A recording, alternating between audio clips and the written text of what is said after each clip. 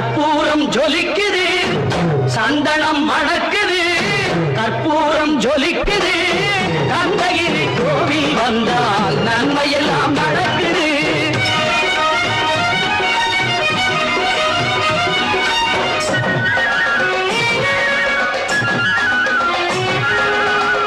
நித்தமும் பாலிலே நீராட்டுவோம் பச்சை நிறத்திலே பட்டாடை